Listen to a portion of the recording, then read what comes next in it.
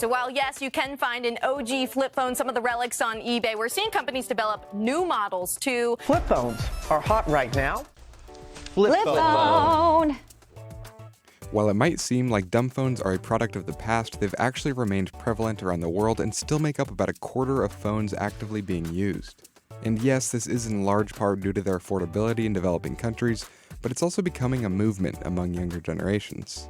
So it's been an official week on this guy, the crappy, dumb phone, and I'm never going back to a smartphone. We're going to be talking about my dumb phone. Today we're going to talk about the Light Phone 2. It's been 3 years since I've had this device. I had been thinking about getting a dumb phone or a flip phone for a while, but then I kind of involuntarily adopted one. My iPhone broke and I loved it so much, I decided to keep it.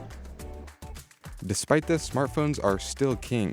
Even in developing nations where flip phones are still widely used, smartphone usage is growing. Developing countries are definitely some of the places where Nokia has, not just as a brand, but also with both feature phones and also smartphones, has a very, very strong presence. Worldwide, the feature phone market is expected to decrease by about 10% over the next 5 or so years, largely attributed to developing countries making the switch to smartphones. And older generations refusing to use smartphones could be phasing out, as there was a 48% increase in smartphone ownership among those 65 and up from 2012 to 2021. But the amount of dumb phones being used by young people in Western countries is growing. CNBC wanted to explore what the dumb phone trend is all about and see if it can compete with the massive smartphone industry.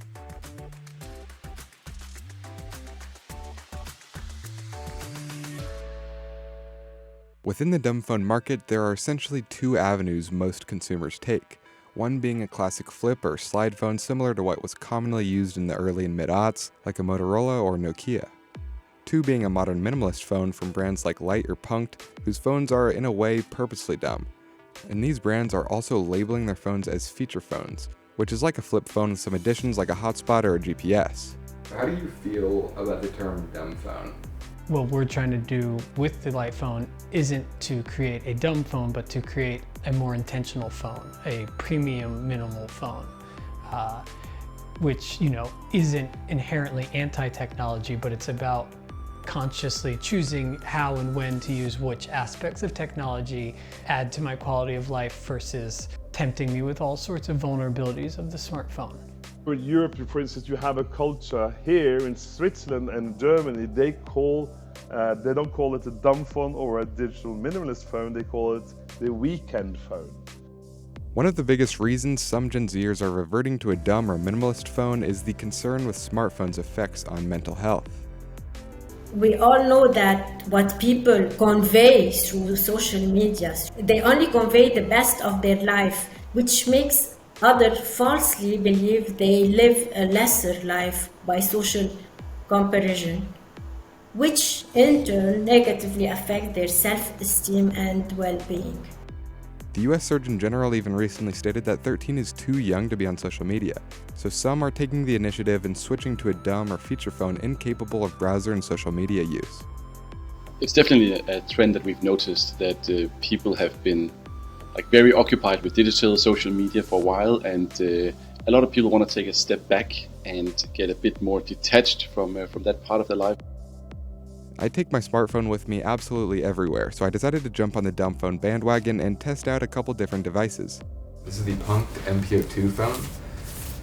It's my first dumb phone ever, sent over from Switzerland in this mysterious box.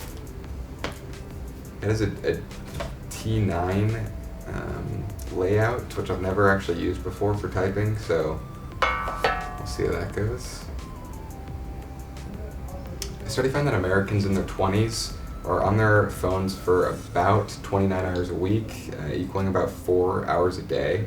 That was in 2021. Just for reference, my own screen time trends about at 2.5 to 3 hours, which is a little bit less than average.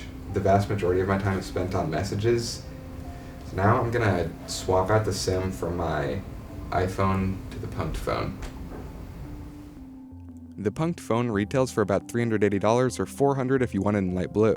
You can call, you can SMS, you can call and message through Signal, and you can make it use as a hotspot for connectivity.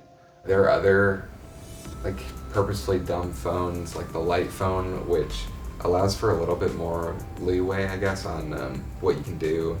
Retailing for about $300, the light phone has a few more built-in tools. We kind of set these guidelines of let's create things that have a real utility purpose. So, something like an alarm or directions or a calculator or even, a voice memo and notes tool. These things have a really clear use case. There's nothing about Punkt that is against technology, it's about intentional technology. Right now, I'm actually waiting on a call from somebody who I've been dating for about a month, and we've never actually called before, but we're trying to set up our plans for tomorrow, and texting is just so inefficient on a phone like this, so we're going the old-fashioned way, doing a little call. Hello?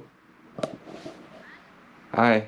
So far, I actually haven't run into too many issues. It's actually kind of nice to be able to just sit with the uncertainty of things instead of looking them up. And I'm still able to text, just kind of poorly. I'm a little bit more reliant on calling. But I'm about to have about an hour-and-a-half commute up to our office in Englewood Cliffs, because I live in Brooklyn. So I'm not going to be able to use music or podcasts, which I usually do the entire time. Instead, I'll have to doing some reading, but maybe that's for the best, sit with my thoughts a little bit more. One sort of weird issue that I'm running into is directions. The Punkt phone does not have any sort of map or directional indicator on it, so I'm having to look up directions before I go for certain places. It's no problem getting to work just because I have that memorized, but for places that I'm not as used to going, I have to check before I leave and then just try to remember everything, which can be a little bit of a challenge. Okay, so I did have to briefly cheat. I was trying to meet my friend at a coffee shop and couldn't find it, got a little lost. So I had to swap my SIM just to pull up the map. Now I've got my hands on the light phone, so I'm gonna swap my SIM and see how this one goes. So the light phone has an actual keyboard on it, which makes it a little bit easier to use for me, but everything on it is a little bit delayed because of the type of screen it is. So I'm still struggling a lot. One of the tools that they added to the light phone too, which I think is actually really nice, is voice to text. And it works pretty well. You have to go a little slow for it, but overall, very convenient. This is the home screen, and you actually have to go on your computer to their online dashboard to add any additional tools past the alarm. So I went in and added the directions, hotspot, music, notes, podcasting. The directional tool actually works really well. I expected to have to put in the actual address, but you can actually just type in the name of something or most of something, and it'll figure out the rest from there. The light phone music tool only allows you to upload basically MP3s. You're using it as an MP3 player, so you have to download music. You can't actually stream it, so I'm actually going to buy an album for the first time in, I want to say, 10 years. So it is working. It's not the best listening experience, but I am listening to music, so it counts for something. Well, I don't really use my phone that much to begin with compared to most people my age. I decided that a dumb phone really isn't for me. And honestly, one of the biggest negatives for me was not being able to listen to music and get around super easily using something like Google Maps. On average, over half of kids in the US received their first smartphone by age 11, and that percentage has continued to grow, making Gen Z the first generation to entirely grow up with social media and smartphones. And about half of teens in the US said they feel addicted to their mobile devices, which can have adverse effects on mental health.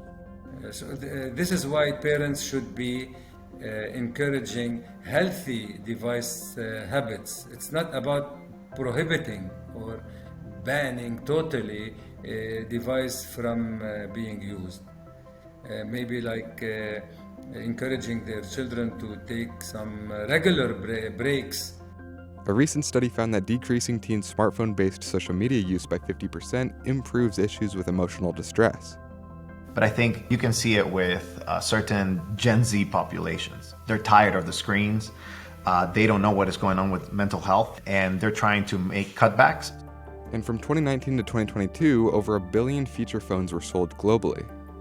I think this trend, starting in the United States, could very easily move, I would say, first to Western Europe, and Australia.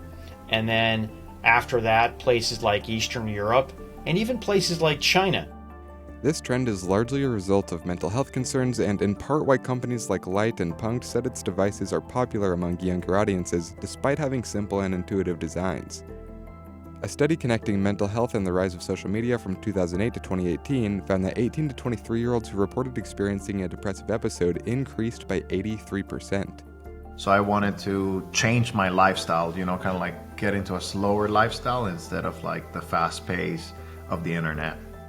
We kind of had this hypothesis that, taking a break from smartphones and the internet at large from time to time would, yield a really refreshing and positive experience for users.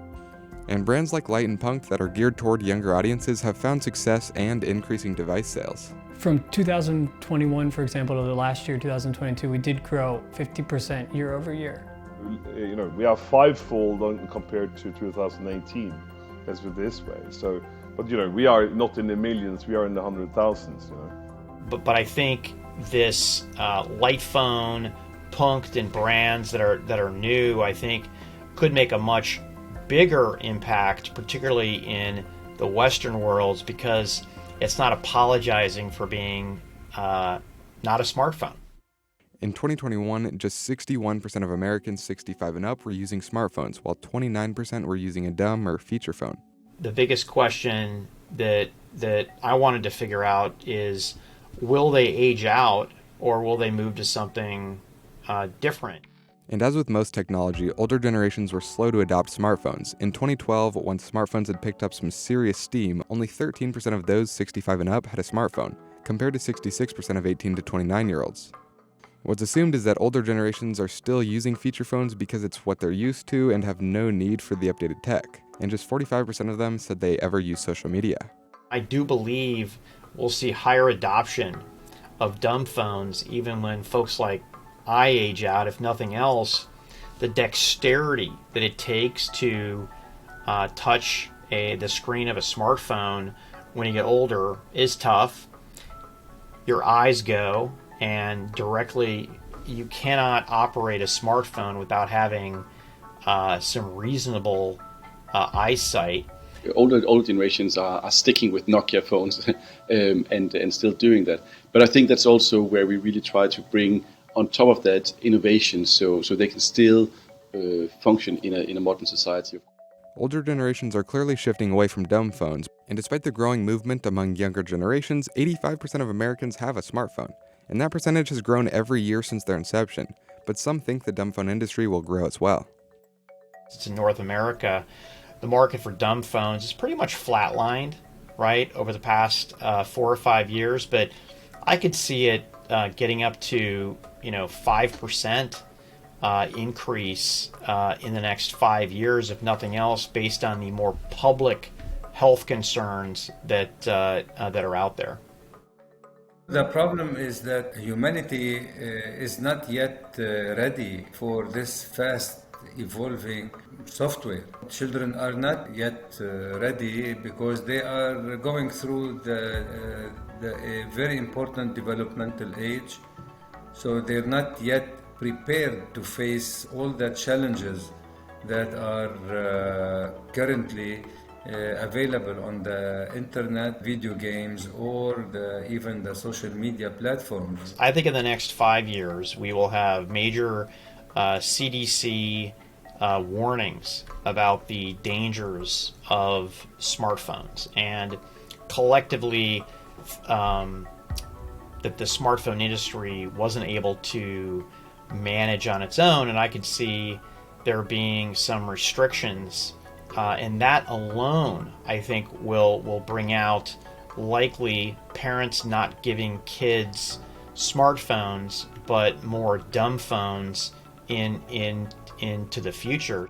There's a reason why there's 15,000 subredditors on the dumb phone subreddit. Like, that's not a small, I mean, it's small when you compare it to like Android subreddit or Google or iPhone, but it's a trend that is catching on and a lot of people are really interested in, for sure.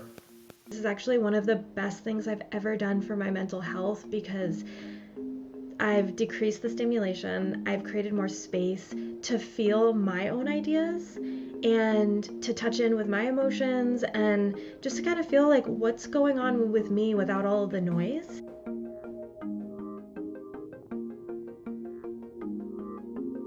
The smartphone market in emerging or developing countries has grown rapidly. The global smartphone market was valued at about $485 billion in 2022 and is expected to reach nearly $800 billion by 2029. And the Middle East, Africa, and India made up about 80% of feature phone sales in 2022. But these countries are also becoming concerned about the mental health impacts of increasing smartphone usage.